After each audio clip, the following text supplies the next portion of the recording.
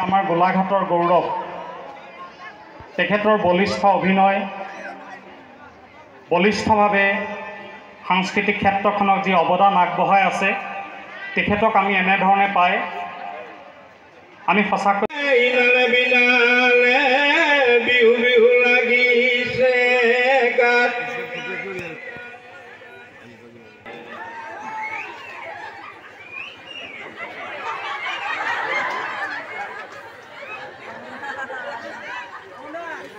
লগাই লগোৱাই আছে লাগি আছে এৰি দিয়া নাই কিন্তু গধূলিৰ পৰা লাগি আছে মই কেতিয়াবাই আহিলোঁ মই চাই আছোঁ আলেখ কমাৰ বন্ধালৈ আহিলোঁ মই ভাবিছোঁ আকৌ বিশ্ববাৰ যদি কমাৰ বন্ধালৈ আহোঁ মই কমৰটো বান্ধি আহিব লাগিব এনেকৈ এনেকৈ আহি এনেকৈ আপোনালোকে সেনে ক'ব ন মই কিন্তু আজি এনেকৈ এনেকৈ আহি বিহু লাগি আহিছে বিহু মুখেদি বাদ হৈ গ'লে বাপেকে মোৰ আশা ৰাখিছোঁ অহা বছৰ চাগে এইটো ৰাস্তা এনেকুৱা ৰাস্তা হৈ নাথাকে তনুজক পালোঁ তনুজে কৈছে তনুজ মহন্ত মোৰ ভাতৃপ্ৰতিম কৈছে নাই এইটো বনাই আছে মই সুধিলোঁ কি হ'ল এতিয়াও এনেকৈ হৈ আছে দেশ ইমানো মানে প্ৰগতিৰ পথত গৈ আছে বুলি কৈ আছে ক'তা ফুটুকা ফেণ্ডাল হৈছে দেখোন একো গমেই পোৱা নাই এই ৰাস্তাটোত আহিলে গম নাপায় আমি ক'ত আছোঁ তাৰমানে আজি গম পাইছোঁ আমি ক'ত আছোঁ কিন্তু য'ত আছোঁ ত'তেহে আছোঁ আৰু বৰকৈ আগবাঢ়িব পৰা নাই বা যি কি নহওক মোৰ সৌভাগ্য আজি এখন এই মঞ্চ বৃহৎ মঞ্চ ইয়াত অতি শ্ৰদ্ধাৰ ব্যক্তিসকল আছে মোৰ ভাতৃপ্ৰতিমো আছে অভিৱৰ্তন মোৰ অতি স্নেহৰ এটা মানে মোৰ ভাই সম সুদীৰ্ঘ দিনৰ পৰা আছুৰ লগত জড়িত ময়ো অভিৱৰ্তন গোস্বামী আমাৰ বিজয় শংকৰহেঁত আছে দেৱজিতে মোক যেতিয়া ক'লে আমাৰ দেৱজিত ৰাজখোৱা মোৰ খুব ভাল সম্পৰ্ক তেওঁ এখন ছবিত মই কাম কৰিছোঁ ছবিখন মুক্তি পোৱা নাই বৰ সুন্দৰ এখন ছবি তেওঁ নিৰ্মাণ কৰি আছে হাতীৰ ওপৰত গতিকে তেওঁ ক'লে আহি পেলাই আকৌ দেৱজিত শইকীয়া ঐ সভাৰ মাজে প্ৰণাম কৰোঁ বগী বগী চাই ঐ থাকিবা মোক মাজে মাজে চকু টিপি আই ঐ চকু টিপি আই ঐ চকু টিপি আই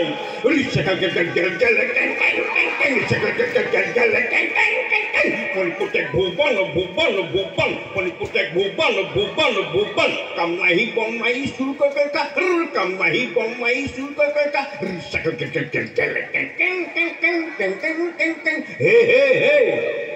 গতিকে মই থাকিলোঁ কি লাভ মই ঢাল নাই তৰোৱাল নাই নিধিৰাম চৰ্দাৰহে তাৰমানে মই এতিয়া চকুকেইটা পাৱাৰ থকালৈকে চকুত টেভে মাৰিব পাৰোঁ বাকী নাই কিয় জানেনে ঐ আচলতে ইমান দিনে বিয়া পাতিব লাগিছিল ঐ আচলতে ইমান দিনে ল'ৰা ছোৱালী হ'ব লাগিছিল ঐ আচলতে ইমান দিনে বিয়া পাতিব লাগিছিল আচলতে ইমান দিনে ল'ৰা ছোৱালী হ'ব লাগিছিল আচলতে এতিয়াও যৌৱন ভাতি দিয়া নাই ঐ চুলিকেইডাল পকিলেও চকু পাৰ কমিলেও মন পাৱাৰ কমা নাই মোৰ ঐ আচলতে তলে তলে চাই আছিলোঁ ছোৱালী ঐ পিছে বহুতৰে ভিতৰি ভিতৰি নানানো কেহেলেকাৰী তাই গতিকে মোৰ দ্বাৰা নহ'ল আৰু সেই অনা মোৰ দেৰিলে গতিকে মই থাকি লাভ কি হয়নে আচলতে মই খুব উৎসাহ আৰু খুব হেঁপাহত আহিলোঁ দেৱজিতে ক'লে মোক যে আপুনি 8:30 পালেও হ'ব বুলি যেতিয়া ক'লে মই পাক্কা 8:30 বজাত কিন্তু মই ইয়াত পাই গ'লোহি যদিও মই এনেকৈ আহিলোঁ পাই গ'লোহি কিন্তু অভিৱৰ্তনে কৈছে ওজা সময়মতে আহে হয়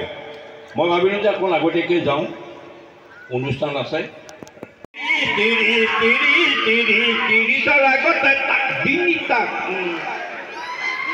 পিছত কিন্তু আমাৰ খগেন গগৈ আহিব ধুনীয়াকৈ গাব সুন্দৰকৈ গাব মানে মই ইমান গোৱা মানুহ নহ'লে মই ফূৰ্তি কৰি ভাল পোৱা মানুহ আচলতে মই এনেকৈ নাথাকিলে মই তোমালোকৰ নিচিনাকৈ তেনেকৈহে থাকিম মাৰি থাকিলোহেঁতেন কিন্তু এতিয়া মই এতিয়া চান্স পোৱা নাই এনেকৈ আহিছোঁ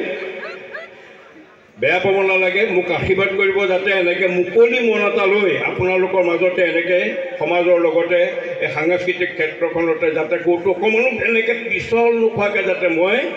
সাংস্কৃতিক ক্ষেত্ৰখনতে যাতে থাকিব পাৰোঁ আপোনালোকে মোক তাৰ কাৰণে আশীৰ্বাদ কৰিব আৰু এই মুহূৰ্তত মই এই সাংস্কৃতিক সন্ধ্যাটো উদ্বোধন হ'ল বুলি ঘোষণা কৰিছোঁ ধন্যবাদ আজি বহি আছোঁ প্ৰগ্ৰেম চাবৰ কাৰণে গায়ক উঠা নাই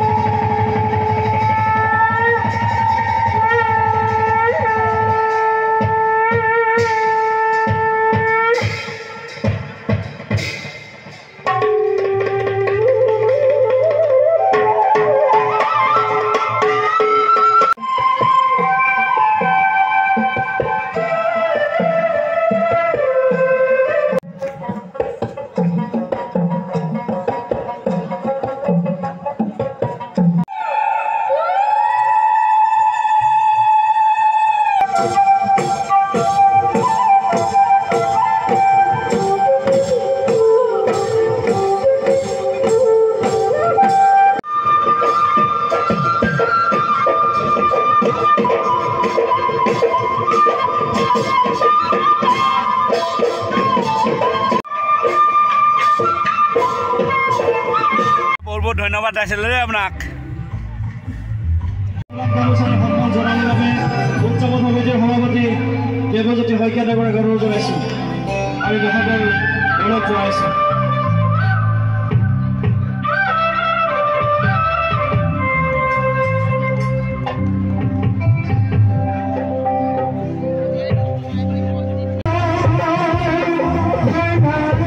Bye.